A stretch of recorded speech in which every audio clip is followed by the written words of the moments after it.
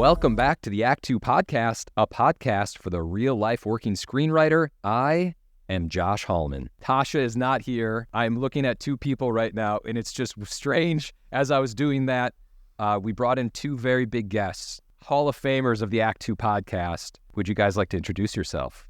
Maybe Joe start first? Oh, I get to go first. My name is Joe Russo. This is my third appearance on the show. Still waiting for my three-timer jacket. It's coming. That comes at the end of the episode. Yeah. It's a ceremony. And there's our other guest, who's been on more than me, I think. Yep. This is Dave Levinson, friend of the pod. I don't know how many times I've been on. I'm guessing, like 5 or 6 probably? Yeah. Wow. Yeah, you've been on a lot. And so basically, little backstory here. Tasha is on a vacation. She left. Apparently, she needed some time away. Maybe she had a lot going on. I don't know. So she's not here anymore. It's like she made a TV show recently or something. Yeah. So she's taking a nice little vacation and just enjoying her life. And we were talking, Dave and I were talking, and it was like, it's always around Halloween time when the season begins is when Dave comes on the podcast. And so it was Levinson time. And we That's were when like, the coffin door swings open and I rise up out, ready to podcast. Come on. And we were bringing you on, and it was like, all right, we're going to do this podcast without Tasha. And then we knew we needed there was a missing You needed a third piece. chair. We needed a third chair. Yeah, we needed the third chair. And So you know how this came about? Joe and I were at dinner before a screening last week, and Joe actually asked me if I was coming on the podcast again for Halloween this year. And I was like, funny you should ask. Not only am I coming on the podcast, fantastic. I have found myself guest hosting. Yeah. And then, we combined our minds and thought this would be a great idea. I really, really hope that when Tasha listens to this, she is happy with what we do here. Because I know, Josh, is this the first time you've gotten the keys to the kingdom? I'd like to think I always have them. You have a copy of the keys. I have a copy of the keys. I had to dust it off, but yeah, Tasha usually opens the door, and I play around in the kingdom. You know, I had this thought like right before we jumped on, was that there's that story about Richard Donner. When he finished the Goonies, he went to Hawaii because he had to escape the children, and the children were like driving him like freaking nuts. And then Spielberg surprised him with all the kids from the Goonies, and he was just like, "Oh my God!" And I had this thought, like, if I could have done that to Tasha in some way, shape, or form, I probably would have. If I like could you just show up with your recording equipment to record the podcast. If I could have, or if I would have like sent her there with like an animation team or something like that, I think I would have fully. Anyway, all right. Today, big topic, but as you guys know, we sometimes start with a This Week in Writing, which we're not going to do because Dave had sent me a Variety article, and it was listing the top 100 horror films of all time, which is just in line with what this episode's all about. And somehow both Dave and I are not on that list. I don't know how that happened, Dave. It doesn't make sense. Must have been a mistake on Variety's part. Yeah, get them on the line, please. Yeah, let's write them right after this episode. I'm gonna go over all 100. I'm just kidding. I'm gonna go over the top 10. I thought we could just dive into the top 10 of these, and I want to get everyone's thoughts, feelings. I want to know if you've seen the top 10. Oh. And, just do a little critical analysis of this list. And there's a movie in the top 10 that I've never heard of. Same. Wow. There's possibly... It made me feel guilty and bad about myself. But are you gonna rectify it, though? That's the real question. Yeah. When you gonna watch it? To try to. Yeah. All right, here we go. Number 10, Carrie. That's the one that Dave has never seen. Yeah. Although I have not seen that since I was a kid. I feel like when I first got into Stephen King, I think I was in like 5th grade when I first read The Shining, which got me, and then I read nothing but Stephen King for the next 20 years. But I feel like it was around that age when I saw Carrie, and I don't think that I've rewatched it since, which I really need to rectify, because I know that is a stone cold classic. Have you seen the remake of Carrie? Yes. There have been a couple, I think, right? I did. Joe. Yeah. Settle down, Joe. Okay. Number 9. I Number think 9. this is the one Dave has not seen, I'm going to guess. Salo or the 100 Days of Sodom? Yeah, this is also a movie that correct. is a blind spot for me too. Have you heard of it, Joe? I have heard of it, yes. Okay, I had never heard of it, but I've not seen it. I've heard they make it sound like it's kind of hard to find. Yes, in the little blurb in the Variety article. It almost makes it so much better. Okay, I'm not going to lie. There are several titles that I would probably swap out for that one. But hey, everyone can make their own list. That's the fun part about lists. You hold that thought because Sure. I'm going to ask you at the end of this what you're going to swap out. Oh, just all right. Just a little spoiler alert. Okay. Number 8, Frankenstein. Has anyone seen the 1931 Frankenstein? Of course.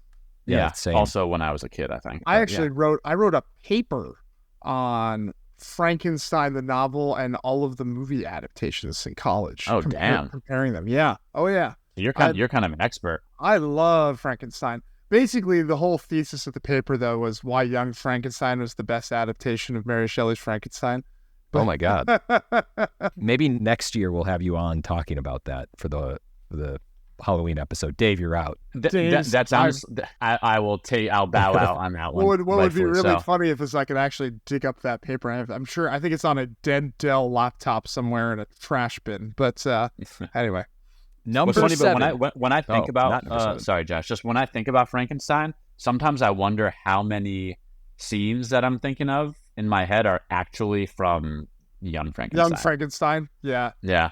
I will say the original Frankenstein is probably, I think, the weakest of them. I mean, I'm surprised Bride of Frankenstein is not higher than Frankenstein on this list. And then also my personal favorite, Son of Frankenstein, which actually shares the most in common with Young Frankenstein. Anyway, I could go on forever. Yeah. Joe's about to start a side podcast. Okay, number 7, Audition. Ooh, this is another blind spot for me. I've never seen Audition. I know of it. I'm very aware of it, and I know that it's a blind spot, but I have not seen Audition. Josh, have you seen it? No, It's definitely. it is a tough watch, man. There is the scene that is depicted in the image in this article is a tough watch. I will never forget seeing Audition.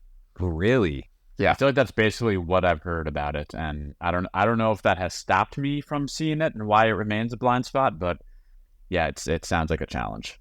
Can I just read you guys what the first few sentences of what Variety wrote about it? Yes, please.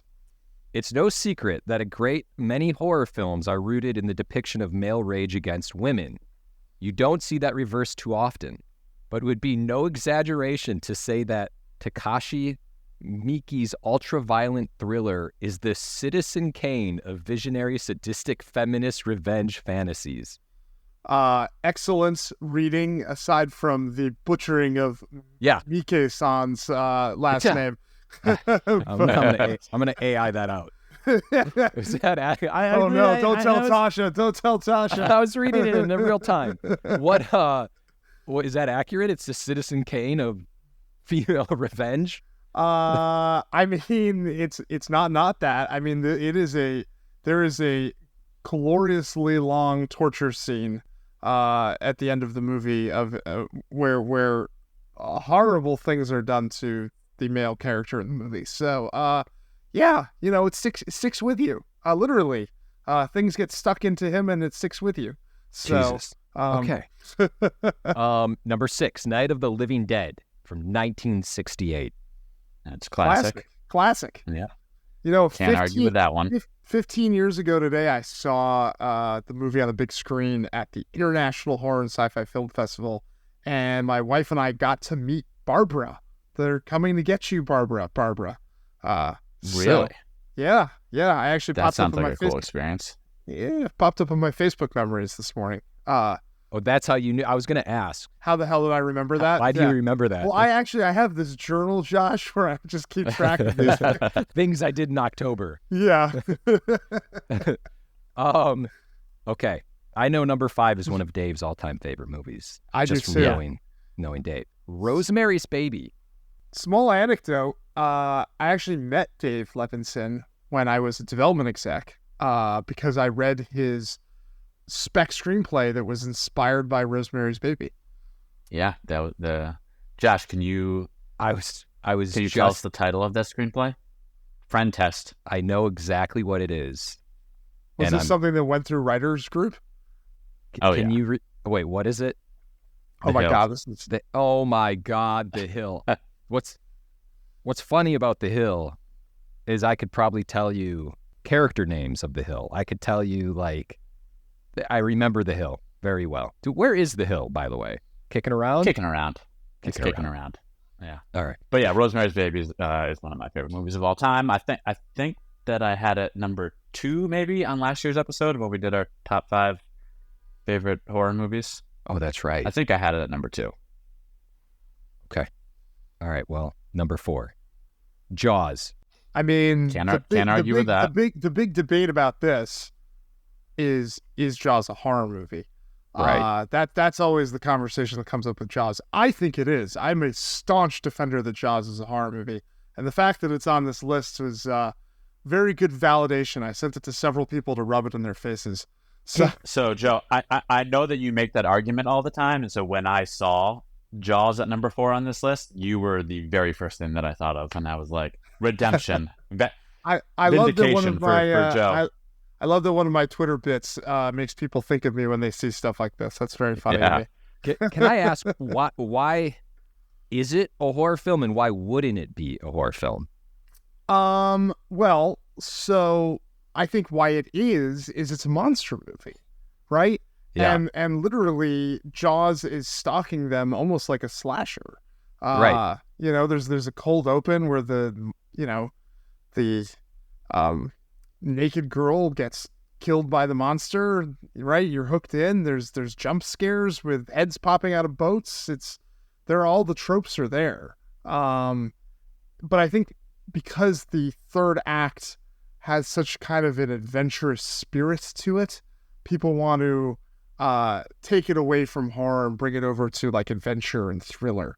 But it, at its heart, at its roots, I mean, the reason it's so scary, the reason it terrified people out of the water is it's a horror movie. Preach. No, I agree. Actually, I was just playing devil's advocate ways. All right. Number 3, a classic, Psycho. I mean, what can you say about Psycho that hasn't been said? What can you say about Psycho? One of the best. Number 2, I think another one of Levinson's favorites, The Exorcist. One of my favorites. Am I wrong about that? It was not in my top 5, if that's what you are referring to. But it's a fantastic movie. I do love The Exorcist. It certainly should be on a horror Mount Rushmore, whether it's your favorite or not. Yeah. Okay, number 1, the movie that scared me probably the most when I was younger, The Texas Chainsaw Massacre from 1974. I just saw it. It's almost more of an experience than a movie. Yeah, it is an experience. I agree with that. I saw it for the first time on the big screen at the Egyptian a couple weeks ago for the 50th anniversary. And it is powerful in a cinema. More powerful than I think I've ever really experienced watching it at home. I don't know if I ever truly got it until I saw it on the big screen. Like, I've always appreciated it and I've always respected it, but this is the first time that it actually impacted me in a really visceral way. Oh my God. I've seen it at the cemetery, at the Hollywood Forever Cemetery screenings. I saw it there a few years ago, which was definitely very fun and like a cool experience, and technically seeing it on the big screen. But I bet it's even different in a theater where it's a little bit more, claustrophobic. That I would love to see it that way. I think I talked about this on the last year's Halloween episode that we did, but when I was younger, we rented this from Blockbuster, and I was, I don't know, not 10, 11, 12, whatever it was.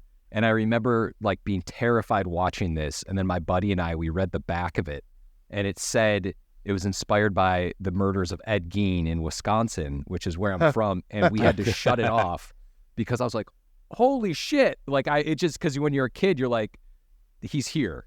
There's killers in Wisconsin and they're coming to get us. And I just remember being thinking it was like a documentary. It just scared the shit out of me. Yeah, I could definitely see something like that. I mean, for me, I think the problem was I came to it too late. I came to it after seeing Scream and Halloween and Freddy. Same. And so for me, it always and even the Friday the 13th, it was probably the last of the slasher icons I got to, and I think because all those movies owe so much to it, it felt a little pillaged by the time I had seen it. On this list of 10, is there anything you would swap in, swap out? I know there's a bunch of honorable mention, but like out of that, how are we feeling? I think for me, from a list standpoint, I feel like this is actually a really good list. I think, but for me, I would probably swap out Solo and Audition. No offense to Solo, since none of us have seen it, but also Audition. I just think, how do you not have Scream and Halloween on this list? It feels like a crime Joe, to me. Those were the two that I was going to say. Why we're friends. Yes, absolutely. But yeah, I mean, those two movies I think are iconic, are inherently rewatchable, and redefined their respective genre. In both instances, to me, it feels like a crime that they are not in the top 10 along some of these other kind of mountains of the genre, including Welcome Home and The Inheritance. Yeah. Okay. They just have to age a little bit more, you know. So exactly. Give it time. Give it time. We'll be cracking the top 90 in another 10 years. Yeah. You're gonna bump out Frankenstein. Yeah. All right, we're moving in. Big topic. By the way, I just realized we're basically 20 minutes in. I didn't even give like a good introduction for either of you guys. I just assumed everyone at this point knows who you are. So I feel like if not, they can go back through the old. They can episodes. go listen to our respective episodes. Yeah. All right. Where to begin on the main topic? The main topic that we're talking about are rules and mystery in horror films. And Dave, you're gonna have to maybe help me here. Like, we started to talk about The Ring. I don't know how we started to talk about it or why we started talking about it. Maybe it was because we were talking about what we wanted to do an episode on, but somehow The Ring turned into how great the rules are used in The Ring and the mystery that unfolds throughout The Ring. And so we decided to talk about the rules and mysteries in general in horror films, but also kind of using The Ring as the touch point for what we're going to be talking about, because I think, and Joe, I'd love to know your opinion on The Ring, but it's almost like a perfect rules and mystery horror film. Yeah. And by the way, I think we landed on The Ring because we were texting back and forth trying to come up with a topic, and we were considering doing just like an old school breakdown of a movie, and we were talking about what movie. Oh, that's right. And I think I pitched The Ring because The Ring is one of my most rewatched movies, because any time that I have an idea that is a horror movie that acts as a mystery, I watched The Ring for research purposes, because I just think that it's an impeccably structured mystery. I also think it's a perfect movie. I still say to this day, I have never been more terrified watching a movie in a movie theater than when I saw The Ring. I found it to be one of the most intense experiences I've ever had in a theater. I remember, funny little aside, for your younger listeners, when you put too many buttons in your TV, it used to create that snow effect. That Samara, would hail her coming. And so my buddy who I saw The Ring with that night, he liked to watch TV before he falls asleep. And so that night he had rolled over on his remote. Oh my God. And at some point in the night woke up to the snow on his television set. Oh God. Just worst case scenario across the board. Yes. I found it to be, I think it's a very amusing anecdote. I also, my ex-girlfriend, and maybe this is one of the reasons why, was terrified of this movie. And so whenever she would leave a room, there was a long time where I would change the TV to snow, get really close to the TV, wait for her to come back in, have her pull me away from it and make the face, the face, the dead face. So yes, I love The Ring, man. It's one of the best. I think Dave's right. Like it's such a textbook example of great structure, of mystery unraveling throughout a movie, and rules that unfortunately I feel like, and I'm sure maybe Dave you can speak to this too, a lot of times I feel like I'm just operating in its shadow. There's that's kind of one of the hard parts, is when you're trying to figure out a curse and you're trying to figure out how it functions and what it does, and I feel like inevitably the conversation is going to drift back to The Ring. And I think that's why I think that applies. I mean, you are operating in its shadow, but that doesn't mean that you can't create sort of your own awesome version of it. And you can, because I feel like there are other great movies that are operating in The Ring's shadow. Like I love It Follows. I love Smile. But it's like any of these movies where a curse is being passed from person to person, and you have a certain amount of time. You always just drift back to The Ring. Like at least I do. The time thing's especially tough because and I feel like Parker. I love Smile too. I love Smile and Smile too. I've seen both movies now. But I think Parker. That was one of the things that the Smile curse is kind of funny. There's like that moment in the first movie where they're like, "Oh, how long does it take to, impact you?" And they're like, 4 to 6 days." Like they're doing everything they can to not say 7 days. And then the sequel, they're like, "About a week." Oh, really? So there's no give or take. Yeah.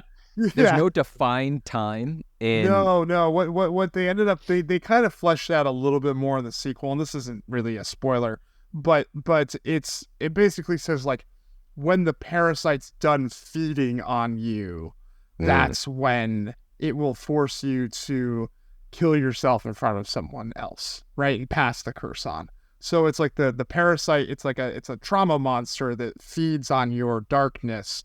And when it's done feeding, it moves on. And Jesus. They say that takes about 4 to 6 days. Right. I actually just watched Smile 1 yesterday afternoon, and I'm pretty sure they say that like no one who saw the initial trauma has survived longer than 4 days. I think it was.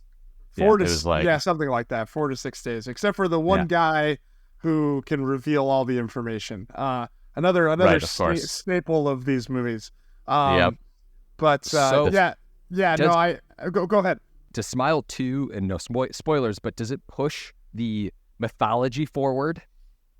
It does. In small ways.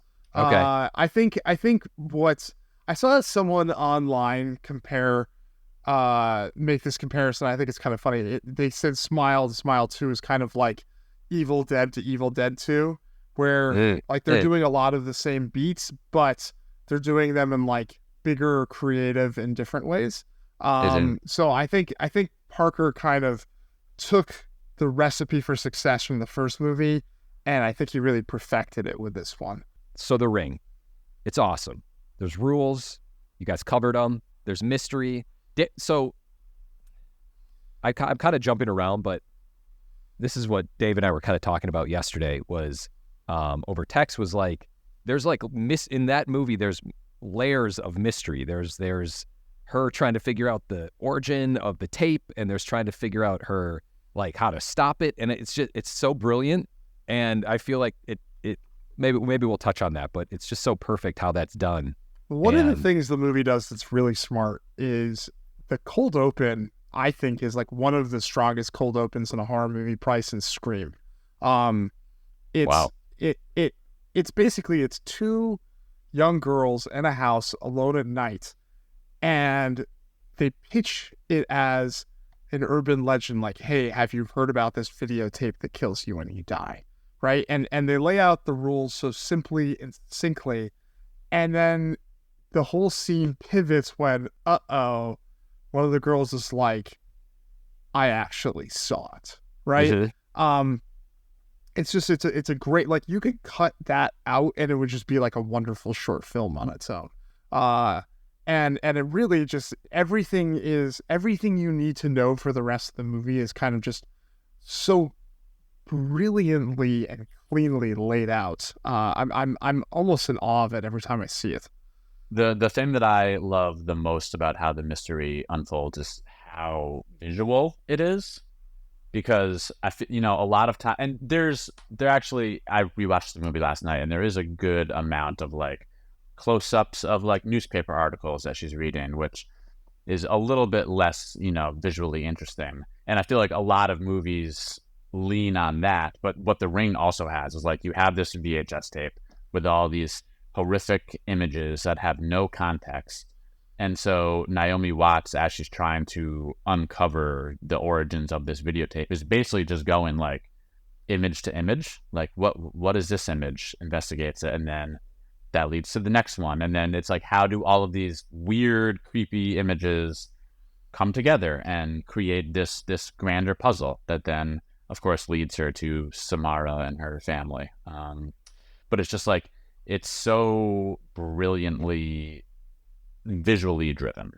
Yeah. The tape is like the movie itself. The journey the characters go on. It's like member berries for the tape, because you see all these little.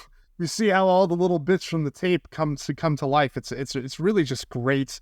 Setup and payoff. Like that tape has so much going for it, and it never ceases to be exciting when they see the real world version of the things from the tape, I think. Yeah. That's always, I that's actually always smart kind of to do. forgot. I forgot last night until I watched it last night that like part of I guess this falls under a rule, is that like you see each image in your life before you die. So like each image from the tape you see in the world in those 7 days before you die, which I had forgotten that part, but that's also is that really is that what is wait is that what it is? I couldn't remember. I thought it was just more because they went on the journey and they found those places from the tape, like they found the horses, they found Samara's room and stuff. But they see the ladder. Like I was confused. She saw the ladder. Yeah. I was like, why is she seeing the she ladder? sees the ladder like in the world. But not everyone. Like if I just like sitting at home for 7 days, I'm not going to see a ladder, right? Maybe there's work being done outside your window, Joe. That's true. You never know. All right. Well, can we discuss, I guess, just on the granular level, like what rules are in horror films? This is very obvious, but just to be clear about it, the rules are like they get laid out. Like you were just kind of talking about Smile, kind of has rules, but it still sounds like it obviously works. But like in The Ring, the rules are you watch this tape, you die in 7 days. Yeah. Right. Yeah. So, like, I guess let's just discuss the benefit of having having rules, and if there's any negatives to having rules. Like, does it constrict you as a screenwriter, or even as like I'll just say this for myself. Like, for me, it would almost create structure. If I'm writing a horror film, I'm like, oh my God, these are the rules. This is freaking perfect. Because you're in your playground and you don't get too crazy. But also that might be constricting. I don't know if you guys feel like you need to have rules in horror films.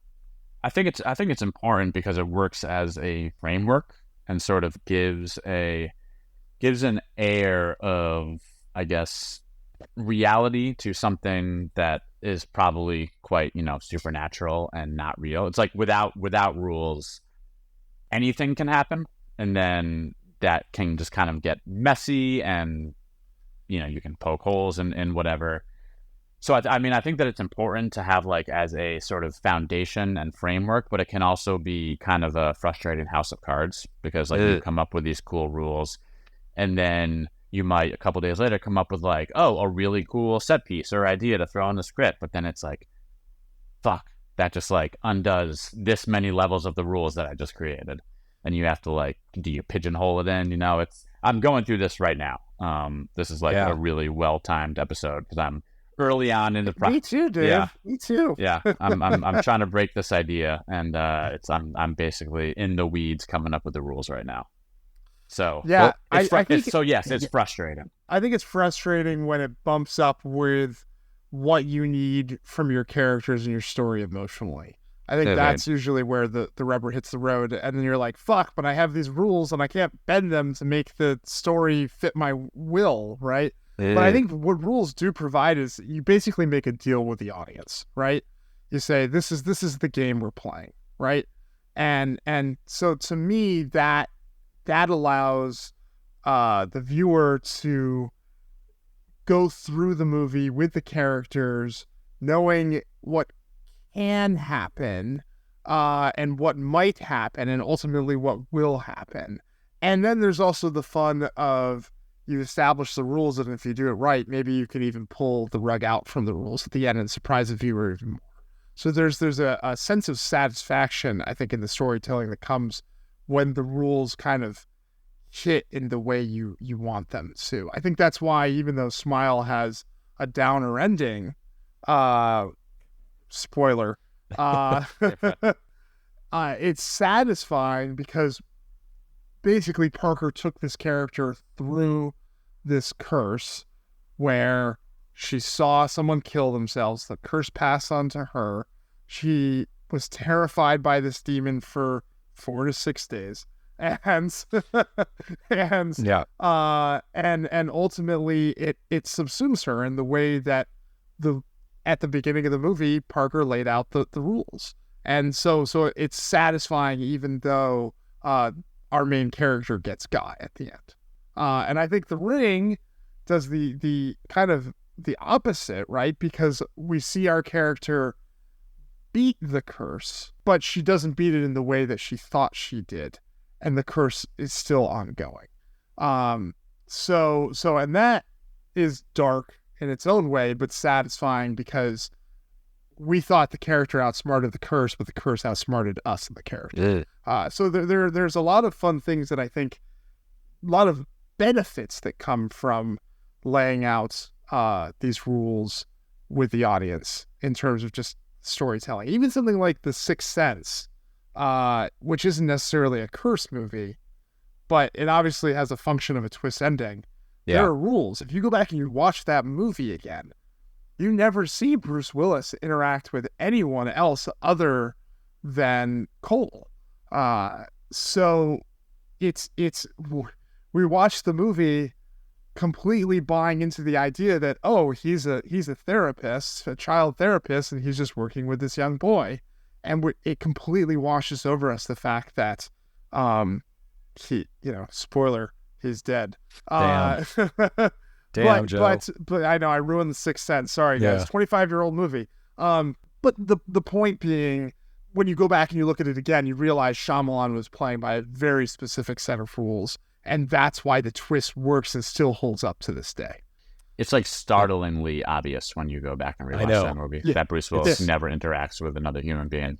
Yeah, it's so weird. I was actually thinking about that with The Sixth Sense because I watched it just recently, and it's like because of the pacing of his films, it almost works that Bruce Willis is sitting in a room not talking to Toni Collette, because it's just kind of this slow, weird thing that's happening, and you're like, all right, well, the pace of the film's been this consistent thing the entire time, and it's Sixth Sense is freaking brilliant how he managed to do that. And then, real quick, so you guys both said you're working on something with rules currently. Yes. And so will you change rules if you feel like a character needs to accomplish something, right? Like, is it a chicken and egg type thing, or like what comes first, like the rules or the character, or are they working at the same time and evolving? For me, I think I'm willing to, keep working on the rules until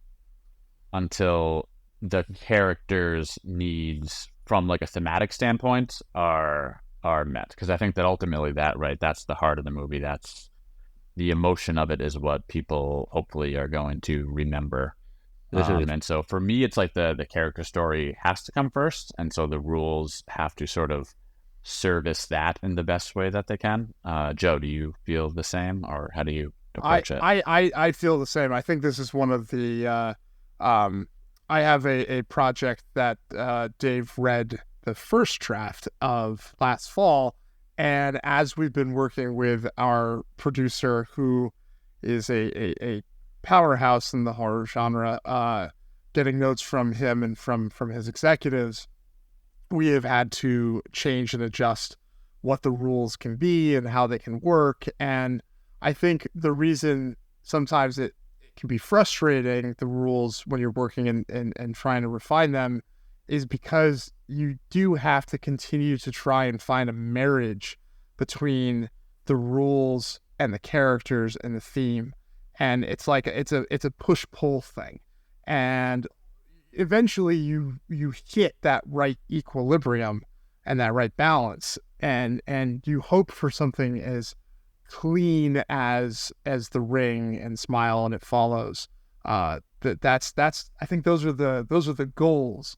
But you definitely can see the opposite problem, which is if it gets too convoluted, if it gets too complicated, you can find yourself having to have characters have this expository dialogue or these sequences where they're trying to discover the rules that can feel plotting at times.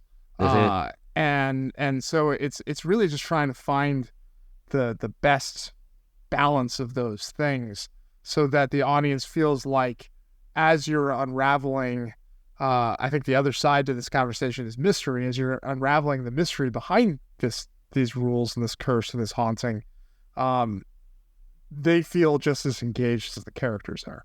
Damn. Joe, do you find that like simplicity is important? Like as you're kind of going through the process and trying to, like you said, marry these three things and kind of nail it down. And I do. It's just getting more complicated and convoluted. Like, do you ever step back and it's like, okay, let's strip this down a little bit again and bring it? Because I feel like whenever I get an idea that falls into this space, the initial seedling of the idea always feels so like clean and simple, right? And obvious. Yeah. And then once you start really getting into the meat of it, it's like it just becomes so unwieldy and complicated. And so it's like, I guess, yeah, my question to you is just, do you ever like step back and it's like, okay, let's strip this back a little bit?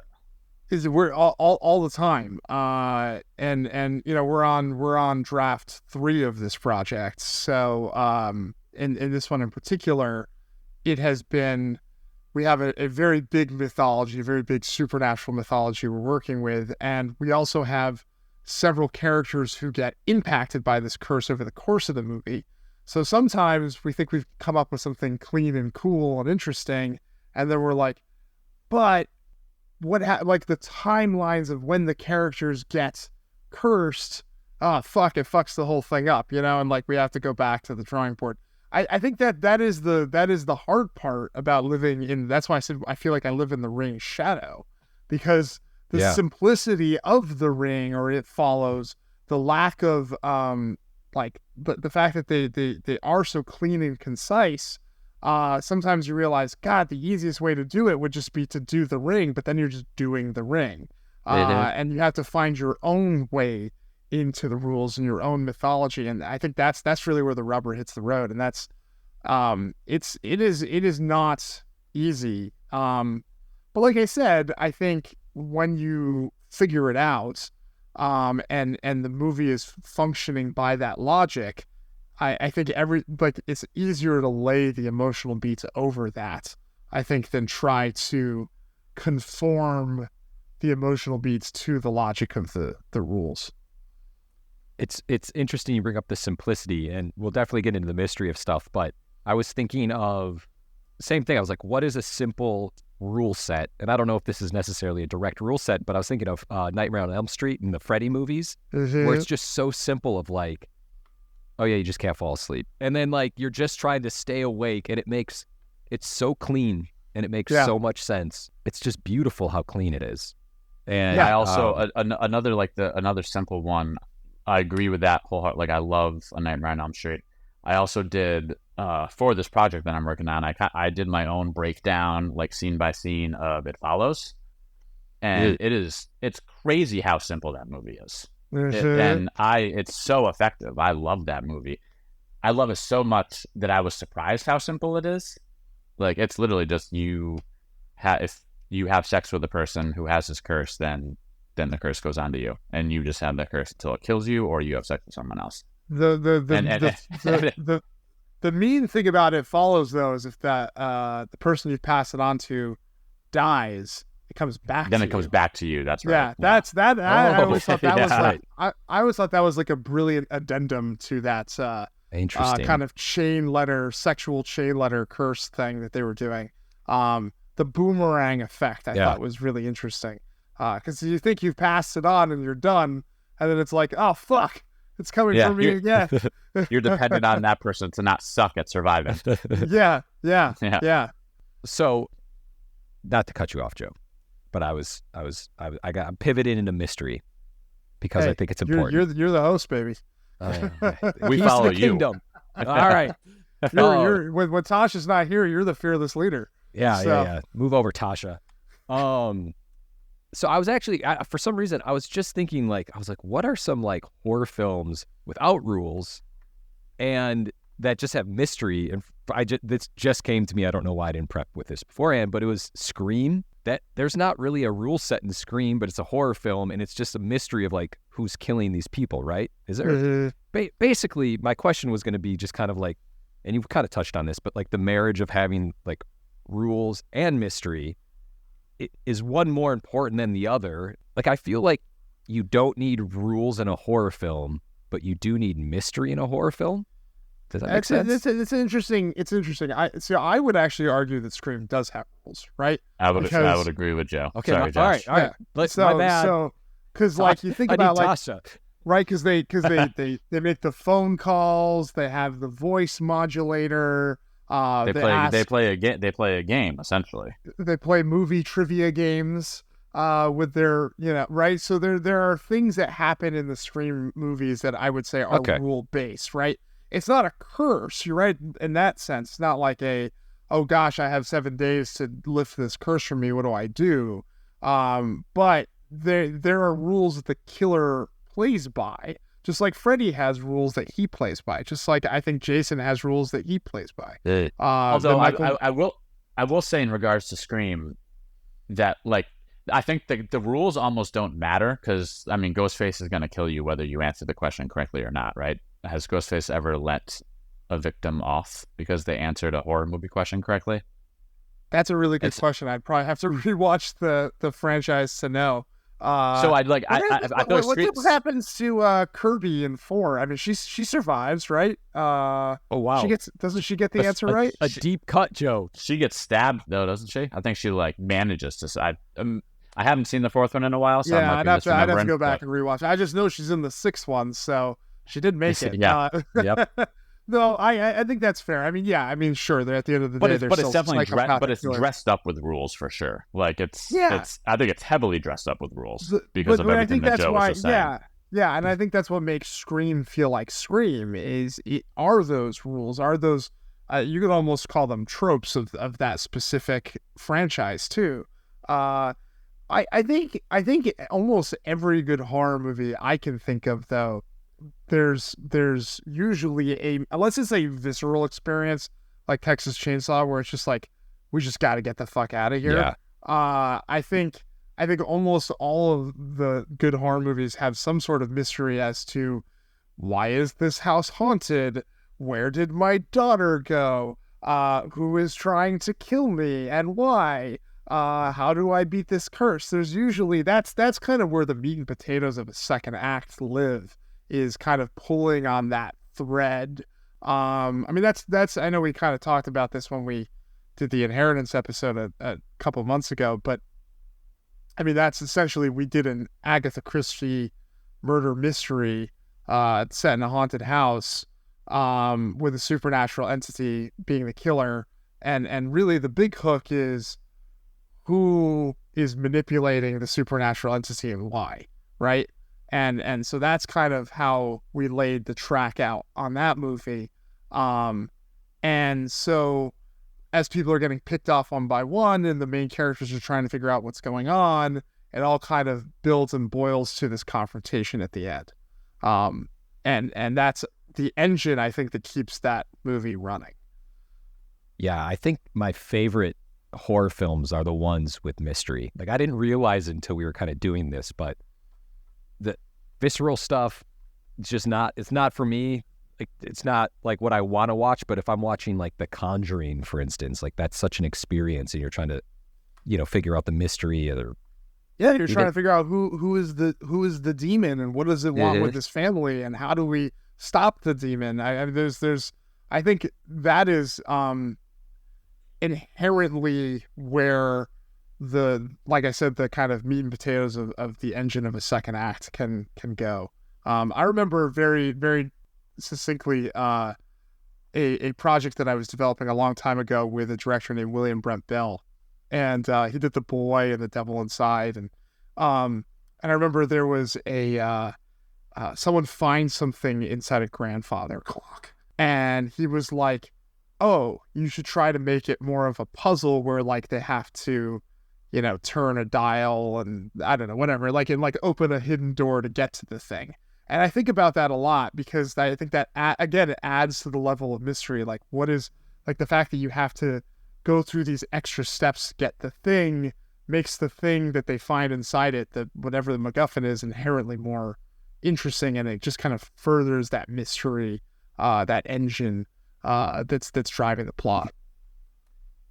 Mysteries, they're horror films with mystery, and action films, as you were saying, that they're not that far apart. There's like MacGuffins and action films, and people are trying to figure out who's trying to end the world. But like if you just made, Mission Impossible 3 into a horror film, kind of work. Has there been a horror? I always say, and I think this is why directors like Sam Raimi and Peter Jackson and Steven Spielberg all kind of started with horror and graduated to be some of the best, most coherent action directors we have. James Wan too, is because horror has all of the same things a good action movie has. Like, it has suspense, it has thrills, it has set pieces, it has romance, it has humor, like all of the seeds of what make good horror work in a big action movie too. Like, I don't think the genres are as far off as I think some people tend to think they are, looking at them objectively. Like, and I just think that they're, and really truly, I think this speaks to something that Mick Garris always said when we were doing my old podcast, Postmortem, was good horror is good drama first. And I think a good action movie is good drama first, because what is Die Hard? Die Hard is really just about a man trying to reconnect with his wife in extreme circumstances, right? So to me, you could also boil down a lot of horror movies with that as well. Yeah, I live by that motto. A horror movie should, if you stripped away all of those genre elements, that movie should still be able to exist as a drama. The good ones, anyway. No, it is crazy, like how close things actually are. Like, Joe, you just put that really well. Things are actually a lot closer. If it's just, there's good drama, there's good storytelling, good characters. It's just stripped down. It's all the same thing. Yeah, it's kind of like the window dressing. It's whatever window dressing you choose to go with, whether that's scary or thrilling and exciting. I think that's also one of the reasons it's so frustrating for people who get lumped into the horror genre as writers and directors, like Dave and I have been, because we know we're capable of doing the other stuff too. But for whatever reason, the town is like, no, you do the gutter stuff. You stay in the gutter. Yeah, you stay in the gutter. It's funny you say that, because I was almost reluctant to say, like, oh, you guys are horror writers, because I know that's not the case. I know specifically with Dave, like, it's easier for a sales perspective for agents and managers to be like, you are this one type of writer, because then they know how to brand you to executives who can then put you on lists as that type of writer. It's the ecosystem is designed to put you in those prisons. Just as I'm sure you probably have ambitions beyond just action comedy. Like I think we all know. John Landis said one time in one of the interviews, I think we did on Postmortem, he described directing as like, and I think the same for writing, it's building a chair, right? different chairs can have different styles to them, whatever. But at the end of the day, we all know they need 4 legs. They need a seat. They need a back, right?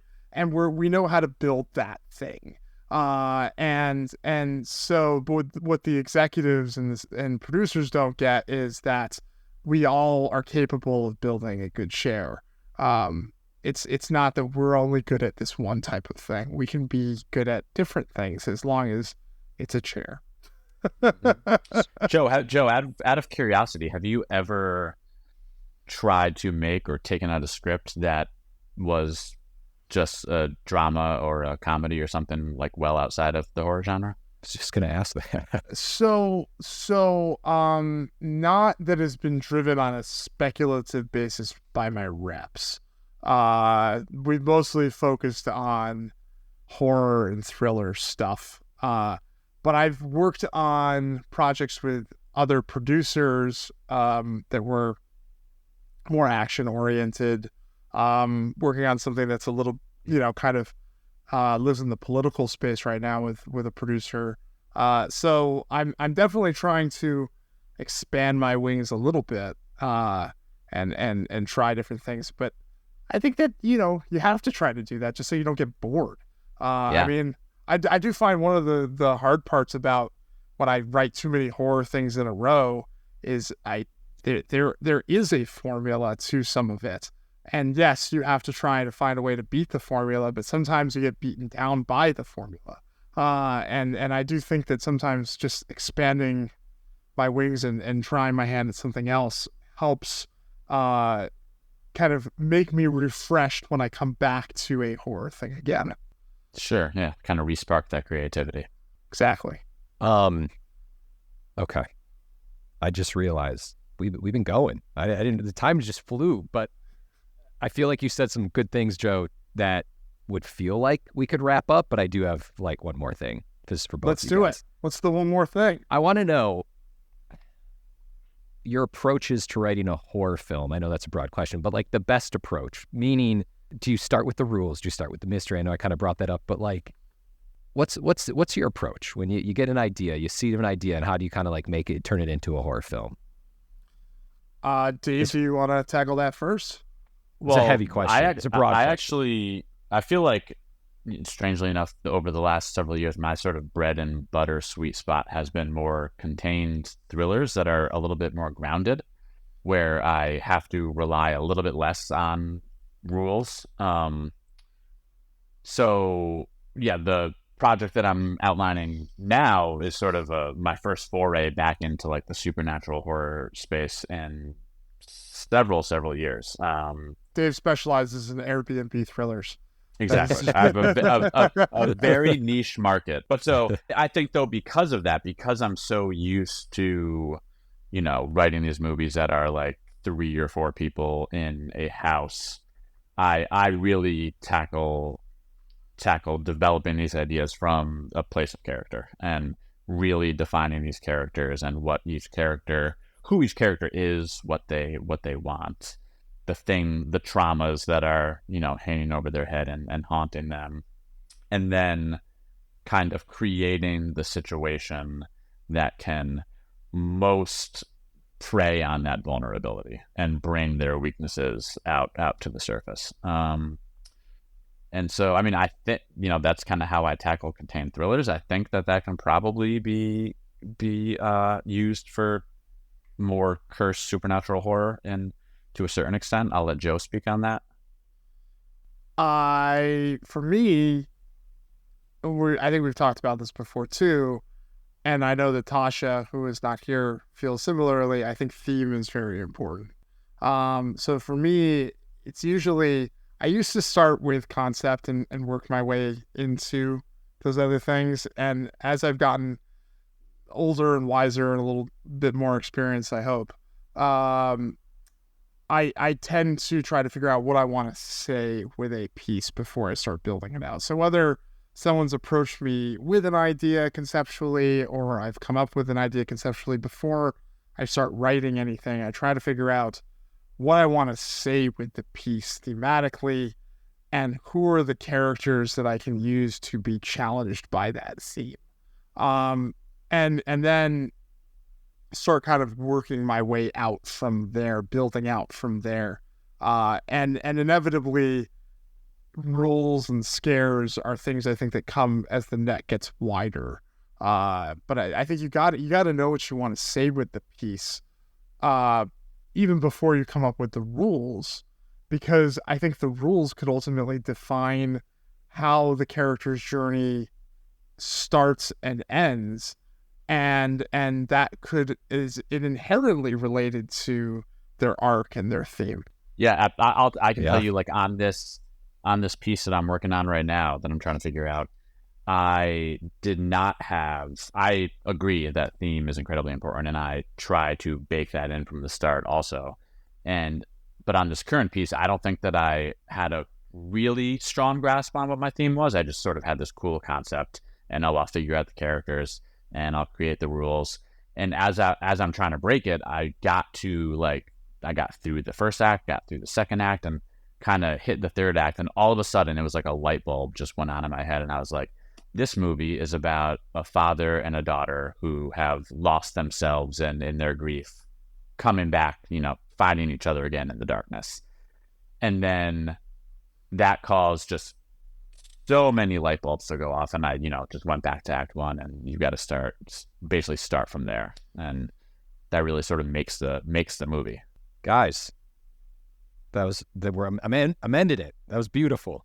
Well said. We covered rules. We covered mystery. We talked about the ring. Love the ring. All Happy right. Halloween, guys. Happy Halloween. Happy Halloween. Easy, guys. I still have the quote of the day here. Hold on. All right. Quote of the day. The road to hell is paved with works in progress. Philip Roth. Nice. Please don't forget to rate and subscribe. You can follow us at ActTwoWriters. I'm Joshua Hallman on Twitter. Josh Hallman on Instagram. Dave, I know you don't. Just what do you think your Instagram handle is? I don't even know. It is Dave_Levinson 7. Boom. Joe, social media. Joe Russo tweets on Twitter and Joe Russo Graham on Instagram. All right. As always, the Act Two podcast is a production of the Act Two Network. This podcast was edited by Paul Lundquist.